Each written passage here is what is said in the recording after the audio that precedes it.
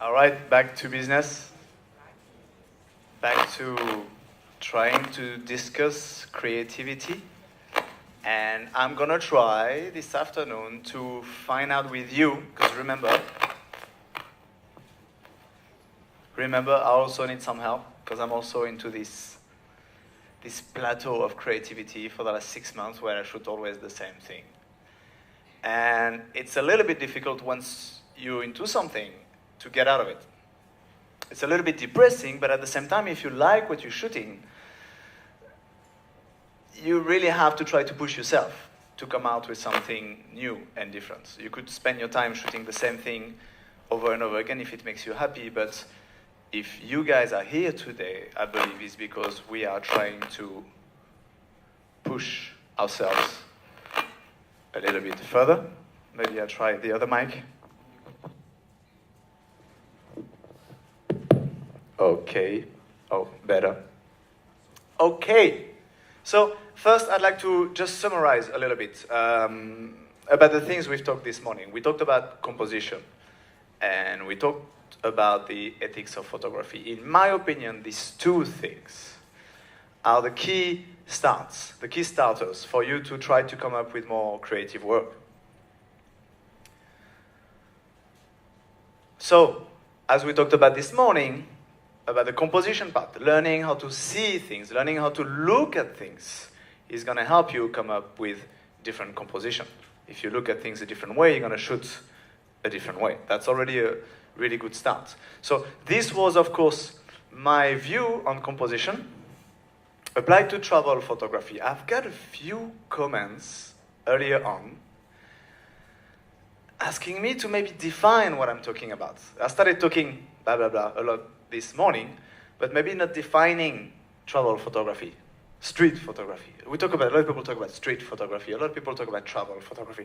What are these things? What's the difference, if there's in? So, first, because I know some of you are going to say that to me later, there is no need to define the border between travel, street photography, etc.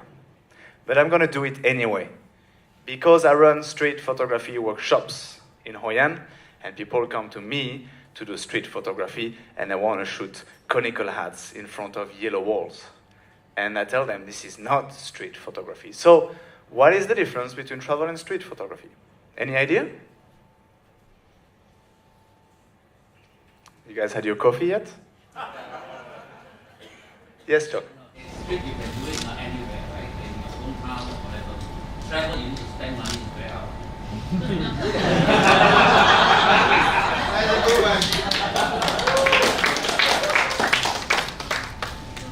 I think we run out of battery. Try this one again. So, yes, Chuck. Street photography is cheaper than travel photography, except if you want to do it with a Leica. That depends, yeah? What other difference could we have? What is travel photography? Why do you have to travel to take the shot? There you go, that's the word I wanted to hear. Travel photography has this cultural thing. Okay, I'm taking a photo of a place. I'm taking a photo of the people of the place. I'm taking a photo of the way people live in this place. We know where we are. We know what the people are doing. It's a little bit more descriptive. A Vietnamese conical hat in front of a yellow wall, well, it's very Vietnam. It's very cultural. It is surely not street photography. Street, on the other hand, better question, how do you define street photography? I don't want to get into a fight, because I know it's a touchy subject sometimes. Well, how would you define street photography? Showing how people live? All right, so you're talking about something quite descriptive here. Something else? The activities of the street. Can you shoot street photography in your bedroom? Depends. Depends what's going on in your bedroom.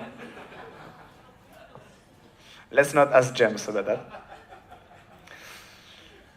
For me, street photography is purely the action, the effort to capture a moment.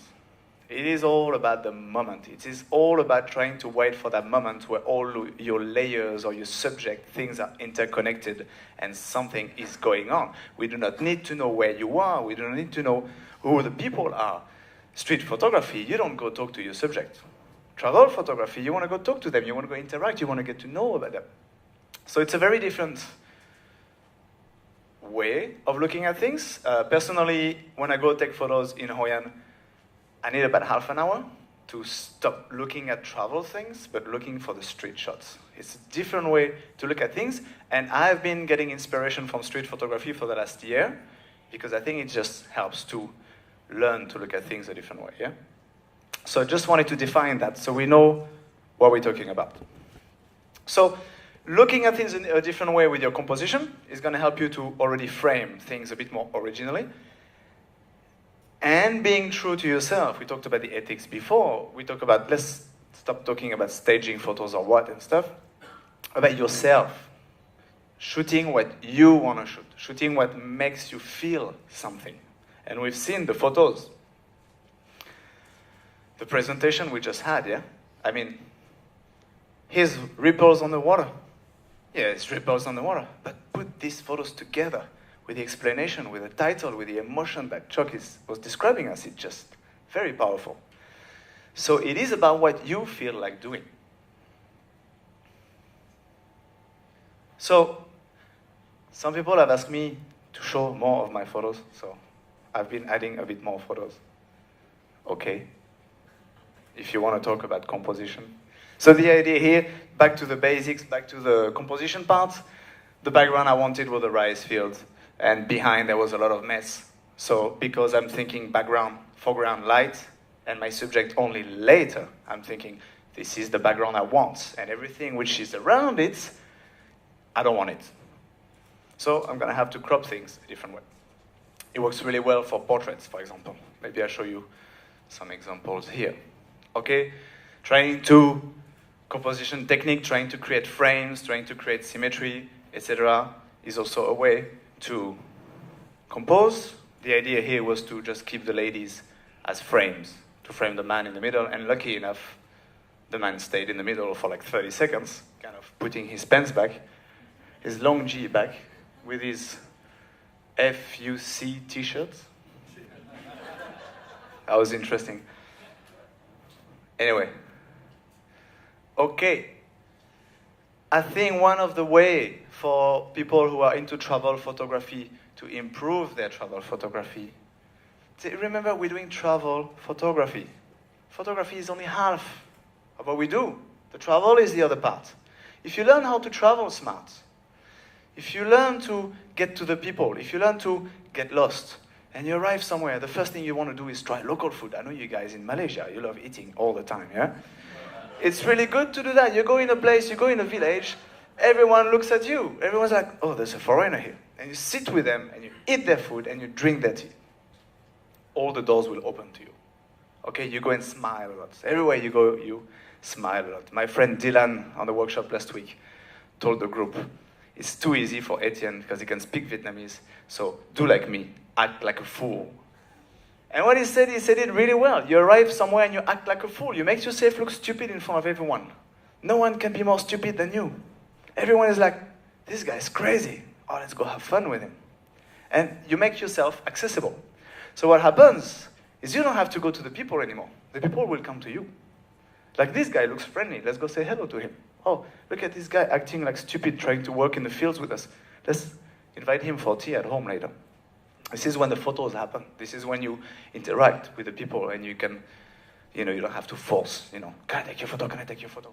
You do that, camera down, you get to the people first.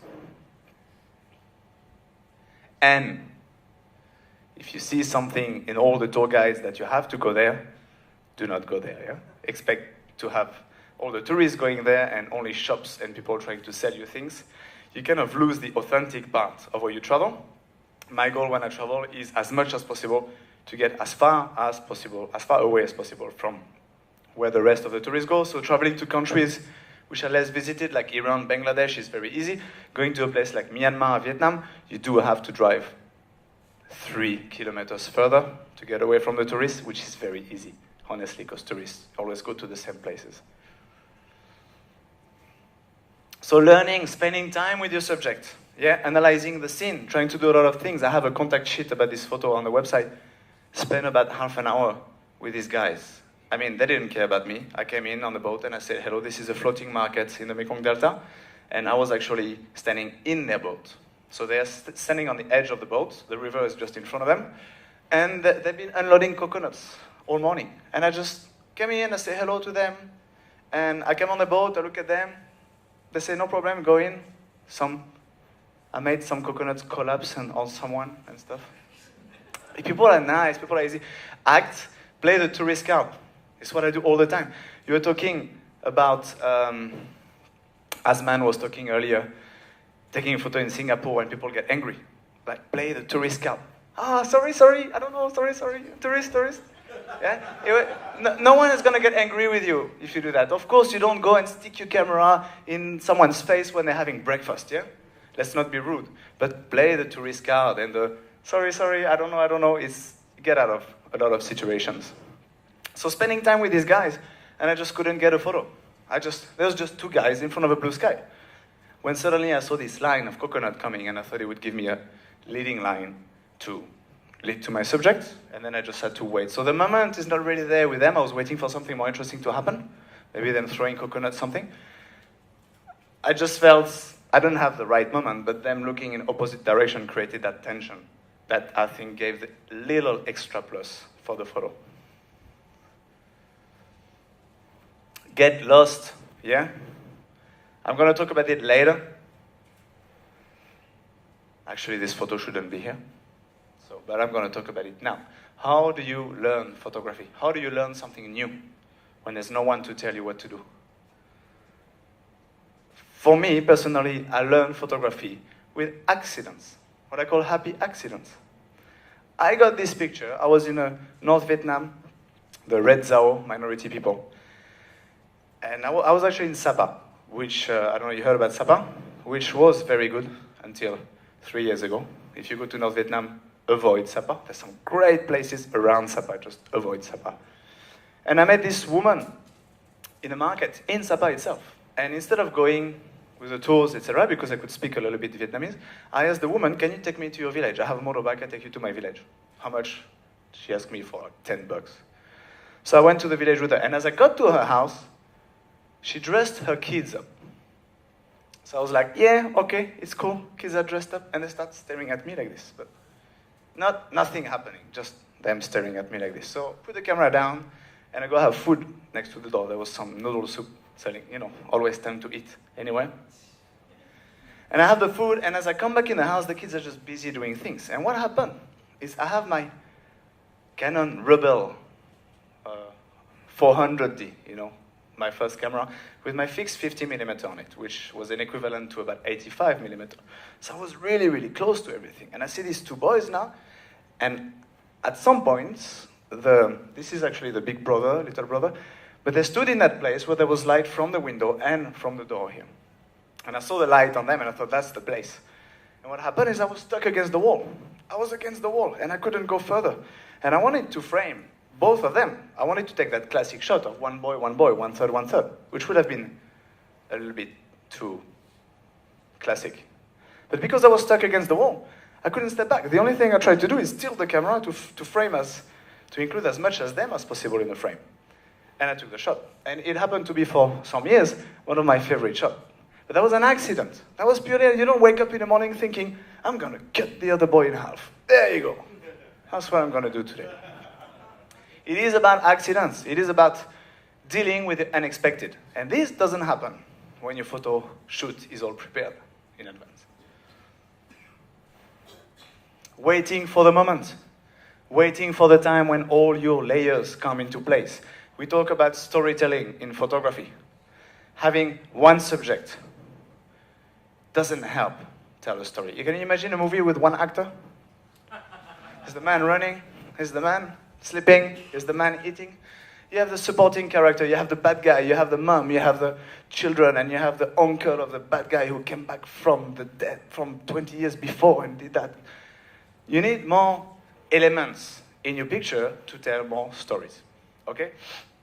That's where the influence of street photography came to me, the use of layers, to tell more interesting things, which makes it a bit more difficult. But once your layers are placed in the right spot, and you're very lucky to have that smoke coming out at the same time, that creates something quite interesting. So there's composition, there's camera gear, settings, technical stuff.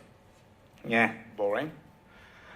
There's the composition part, there's the traveling in the right spot, interacting with your subject, and I believe there's this 5% of, you gotta be a bit lucky sometimes, yeah, for things to happen. So, the creative part of people photography, and I talked to you about this morning already. Why do I love people photography? Because they do unexpected things. Okay, you cannot come and prepare. You can, you should. Okay, oh, here's a scene, I'm gonna shoot it like this. There you go, oh, it's over, they're gone. Okay, try something else. Oh, they're moving in front, oh, they're gone. I'm gonna combine this idea with this idea. And you're lucky enough, someone shows up and you get the photo. But you do get something unexpected with someone looking a different way, staring at you, looking down, looking up, creating emotion on their faces, something you couldn't plan. That's when creativity comes from. And the fact that you shoot and shoot and shoot and shoot again, all these people, you get the experience. You create your template of certain scenes that you see. So practice helps you. Getting lost helps you. Arriving in a place where no one is waiting for you to give them $1 helps, I really try as much as possible when I travel to find activity.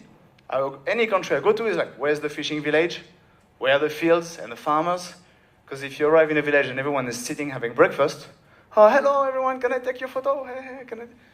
Leave them alone, they're having breakfast. People working in the field, you come with them, you say hello, you act a bit silly trying to work with them, but then they're busy working.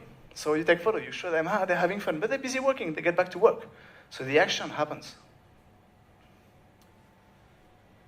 Unexpected moments, for people photography is really what, and we talked about the inspiration I receive from my photography is what my subjects do. And I don't plan for them to look up or down, but this is what created the emotion in some certain pictures. Finding the cloud. That's what I wanted in my background. I had these two white clouds, and the only thing I needed to do is wait for people to walking. Lucky for me, there was about 300 people fighting for fish next to that. I had to wait 20 seconds for someone to walk in. This is the beauty of Asia, yeah? There's people, a lot of people everywhere. Makes it kind of easy to wait for the subject. Waiting for the subject to move in a certain way, to look up, to look down. I think I have 60 photos of this scene. Okay, I spent 10 minutes with this boy. That moment when he looks up, he was talking to his friends. His friends were there throwing mud at him because they were making fun of him. Foreigner taking your photo. They were throwing stuff at him and they were having fun running around. One of them actually put his flip-flop on the horn of the buffalo here. But anyway, this action of looking up, I couldn't have planned that. I couldn't have expected that, but I was ready. You are ready. You have your scene, you have your background, you have your foreground, you have your light. Your subject is here, and you wait for the moment. You focus on your subject. You wait. You could try to maybe influence the scene by talking to him, trying to see if things happen. But you got to be ready when it happens.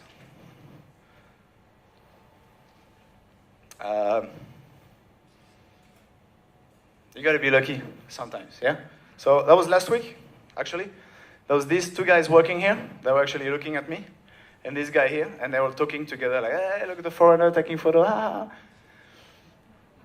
But that was the triangle. That was the triangle. So I took the photo, of course. And I thought, you know what? I'm going to hang out here 2 minutes. And just at the moment when my knees started to hurt, being down, this guy showed up. And without him, things would have not been managed. So you got the triangle. There's this huge tarp in the middle, which is a bit on the way, but the shape match, I think, the shape of the boat. But wait for the moment, yeah? Travel to the place where you can find activity, where you can find people working, where people are friendly, because they don't see many tourists coming in there. So, embrace the failure.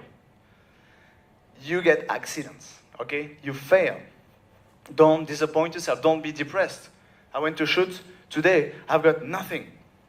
Oh, I'm going to go find a real job. Cannot do it anymore. The number of time I thought about that, really. But it's an opportunity to learn. Okay, I was shooting around the lagoon here. And I was actually shooting, I don't know, some boats over there. But I had locked my exposure on the sky. And this guy shows up selling his banbao, his like dumplings and stuff. And I took a photo of him. And it was at the end of the afternoon. I had a group around. I've been talking all day, like, you know, I like to talk. And I was tired. So I took the photo and I didn't check. And then we get back on the bus and I look at the picture and I'm like, oh, damn, it's too dark. But by looking at it too dark, I started looking at it thinking, I feel something here. You know, this, like Asman was talking about, you know, shooting low-key things, shooting high-key things. This helps you create emotion in your picture. So you have different ways to create emotion in your picture. One of them is playing with your camera settings. Okay, having something dark, having something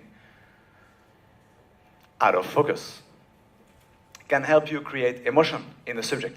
And this is purely accidents. If you ask me, I'm going to say, oh yeah, I wanted to blur everything to give a feeling of solitude and sadness. No, that was manual focus lens. She moved. I messed it up. You know what? I love it.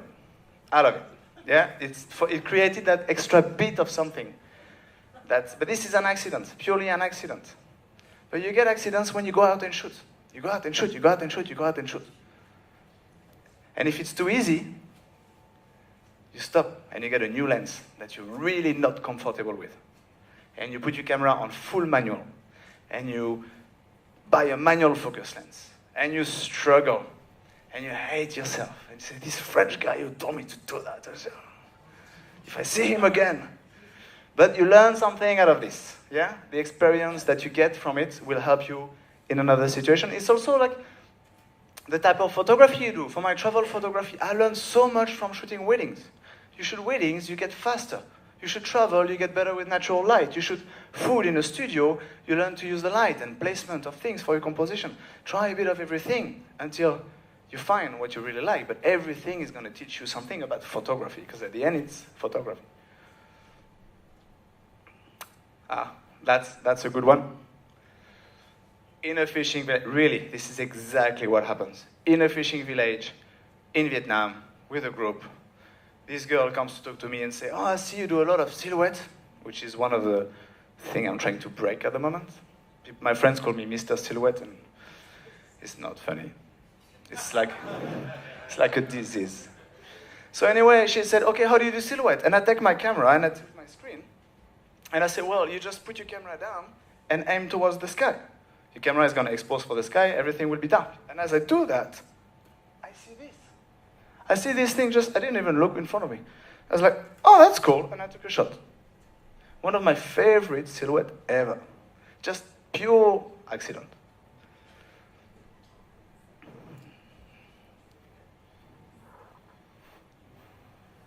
Telling stories, once again, trying to think a little bit outside the box. If you think in terms of background, foreground, if you don't think so much about your subject, you can tell different stories. I like to use this photo just to illustrate an example as when you do people photography, you know, people, we are people. We are animals. You know, we are living. If you look at someone, if I show you a photo of someone, the first thing you're going to do, and you cannot control that, you're going to look in the eyes. Because this is what we do. This is the way you look in the eyes. Okay, this is the way even animals do that. Removing the eyes from someone will let you room to look, to explore more of the picture. Instead of going straight to the eyes, you're going to go straight to maybe what's in focus, or where the contrast is high. You're going to be able to tell different stories. So this is a way, for example, for people photography to try to show something different, to tell different stories. But you have to think a little bit outside the box when you do that. And then it is about you. You have your unique vision. You have your unique way of looking at things. You like things that I don't like, and I like things that you like. You may hate my photos. It's fine. It's great. As long as you know what you like and what you want to do. So this is about understanding yourself. And I wanted to I don't know how I can make this work, but maybe ask the audience something. When you wake up in the morning, when you read the news, you're like, whatever, politics, again, this, oh, look at this, it's unacceptable, look at this, talking to your husband, to your wife at home, look at this. Something makes you feel angry, something makes you feel happy, something makes you feel passionate. What is it? Find out about what it is. This is going to lead you to the clue of what your interest really lies. So it's more interesting at the end. You study photography, you can spend your life studying photography if you don't study yourself. At the end, you're not going to be able to apply your own vision on things. So express your own voice to achieve originality and creativity. There is no room in that for me. Okay? Love my photos, like my work. Hey, how are you? My name is Etienne, I'm a photographer. You want to see my photos? You want to see my photos? Look at my photos for the next half an hour and say nod and smile, please. This is not going to help you to be a better photographer. Stop talking about yourself. Talk about photography. Meet people. I love, Asman was talking like, he took a photo of this woman, and while he was there, he met this other photographer. You know, the beauty of meeting photographers while you're traveling and talking to them and exchanging photography locations, photography tips, but not how much followers you have on Facebook. That's not really helping. Listen to yourself, and at the end, listening to yourself and knowing what you do is going to help you define your intent. I think James shared a video on Facebook a couple of weeks ago talking about the intent. What is your intent? What is your purpose? Why do you take photos? And Wesley talked about this really well. Do you see this as an art? Do you see this as media? Do you do it because it makes you happy? Do you do it because you want to change the world? And in Asia, you guys, because I'm in Asia, but I'm not a local. You know, things evolve very fast. The country is changing. The social economy situation is constantly changing, evolving so fast. There's a lot of social issues happening. People are not happy. People are left on the street and things like this. There are a lot of things to talk about. If you're not happy about something like this, you have somehow, don't put too much pressure on yourself, somehow you have the responsibility to help these people, if you feel involved in that, to take photos of that and try to present it to as many people as possible in a coherent story and, of course, interesting compositions. You have to create pleasant images.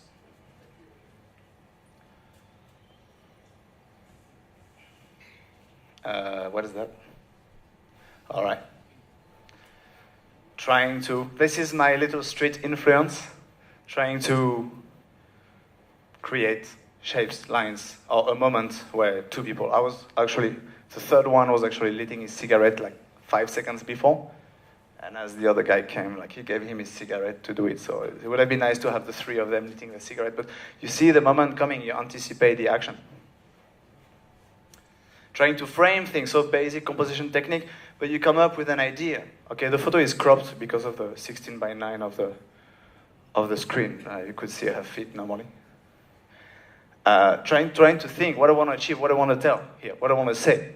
You can use very shallow depth of field to isolate your subject, or you could try to add more layers.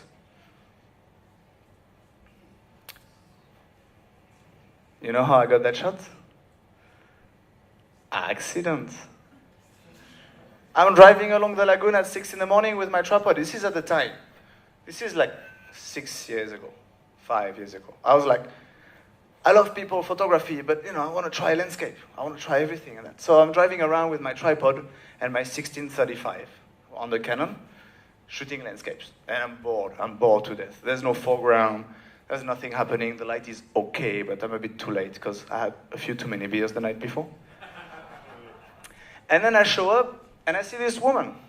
And I get out of my motorbike and stuff and I walk around with my tripod and I still have the 16-35 on the tripod and I'm lazy.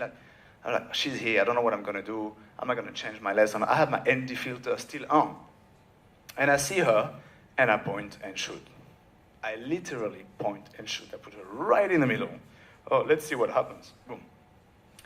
Because of the negative space and the ripples around here, I think it creates more emotion. And because of the slow shutter speed I had, I think I was at about 1/10 of a second, it kind of softened the ripples a little bit. And that was a pure accident. and still remains one of my favorite image ever. Since it's just, you gotta be lucky. Okay, it's trying to see, yeah, it's cropped again, yeah. Trying to play with the shapes and the lines and the things you see, but this little girl was here for 20 minutes. And for 20 minutes, I had an eye on her. And, you know, the circle, I was trying to frame something. And there was nothing else. And the moment that woman shows up, the birds show up. How lucky is that, yeah? So I wish the birds were like more beautiful, V-shaped here.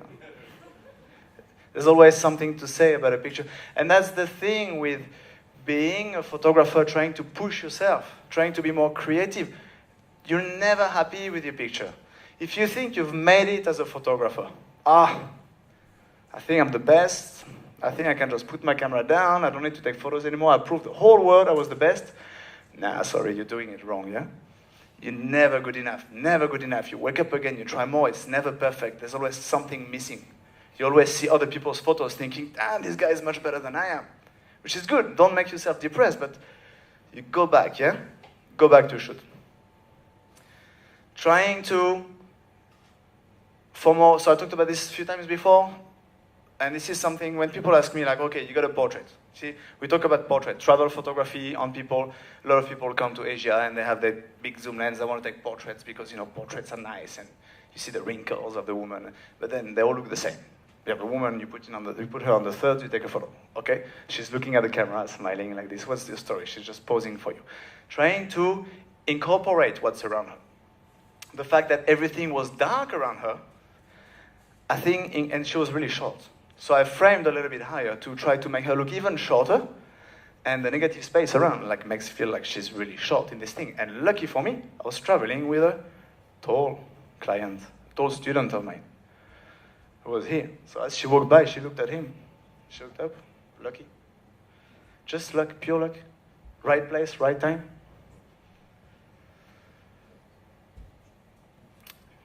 Once you get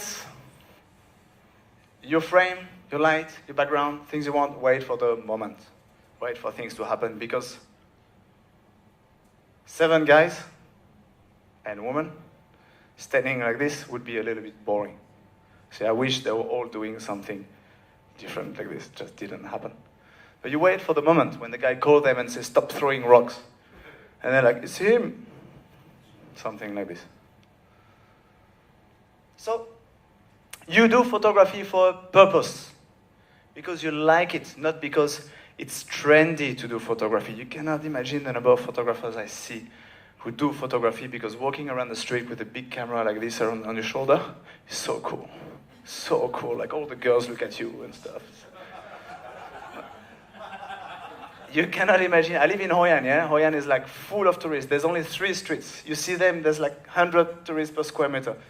You see that all the time, okay? You have your own reasons, and it's fine if you want to do that, okay? I hope you manage to get some girls like this.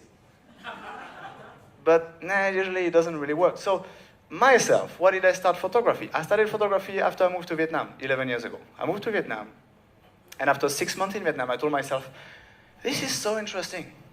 This, like the people, the colors, the things, it's so exotic, you know, coming from France, coming to Vietnam, it's like, wow, culture shock.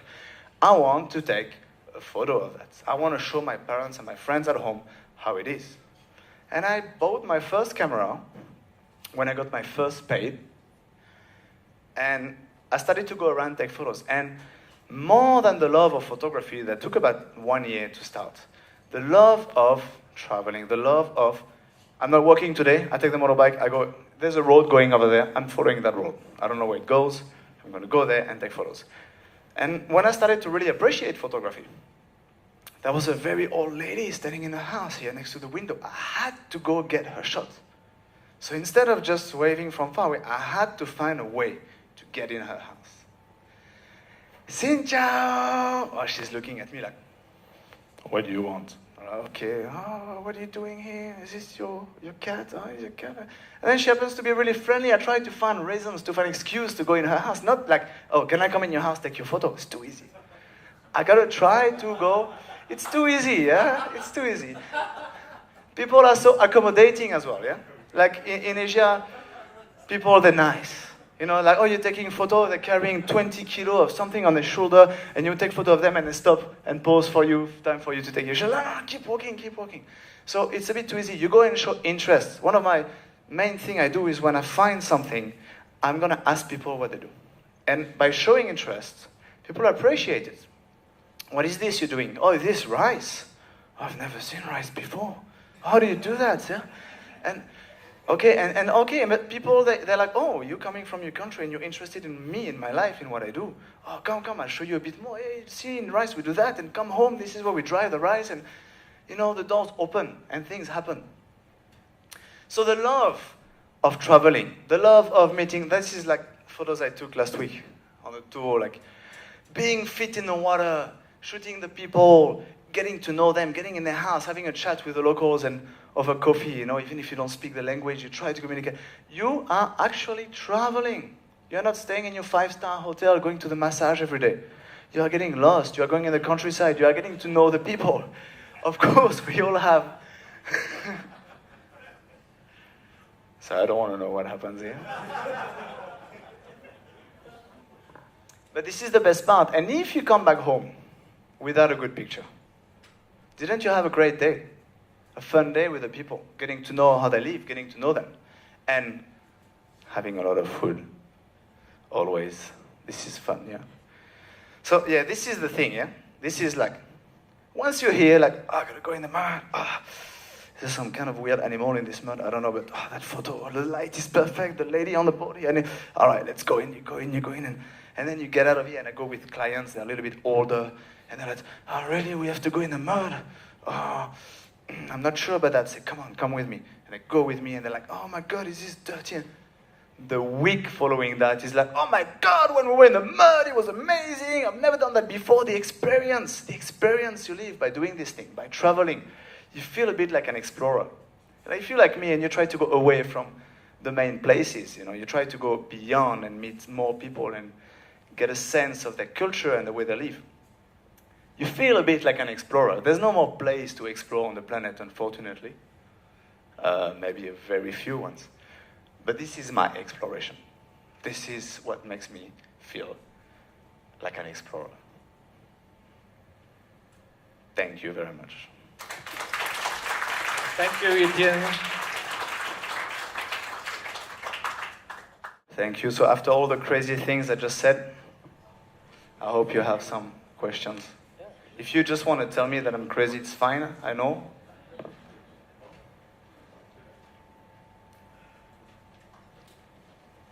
Who here is into this? Who is into people photography, traveling around, exploring, discovering, getting to know? Okay, cool. There's a few, yes. Actually, oh, I forgot. I had a photo I wanted to show on the presentation. It here, and this is nice. It's on the lagoon, and there's a fisherman on the boat, and just in the background there's another man standing on the other boat with silhouetted against the water, which balanced the first subject. And that second man on the boat is Barry. He went on that boat to take a shot, and I was taking photo of the first man, and I saw Barry, and I was like, he's just a silhouette, it's fine, no one will know. Made a good composition. Thank you, Barry. Any questions? I think I said enough.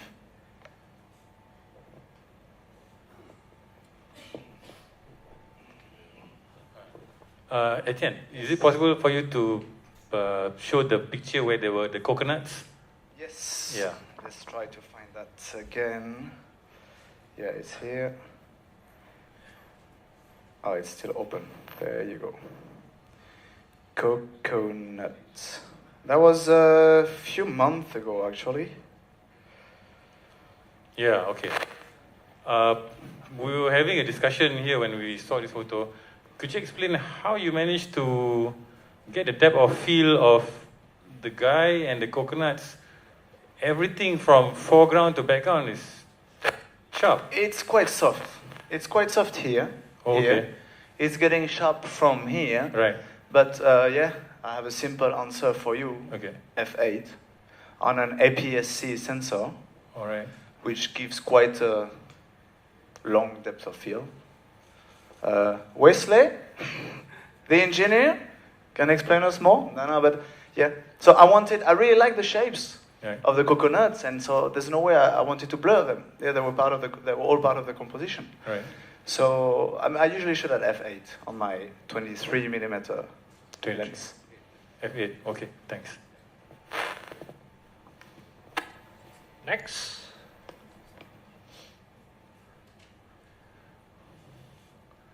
Put up your hand and I shall pass you the mic.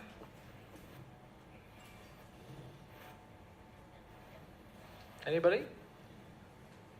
Don't be shy. Don't be shy. Don't be shy. Give me a tricky question.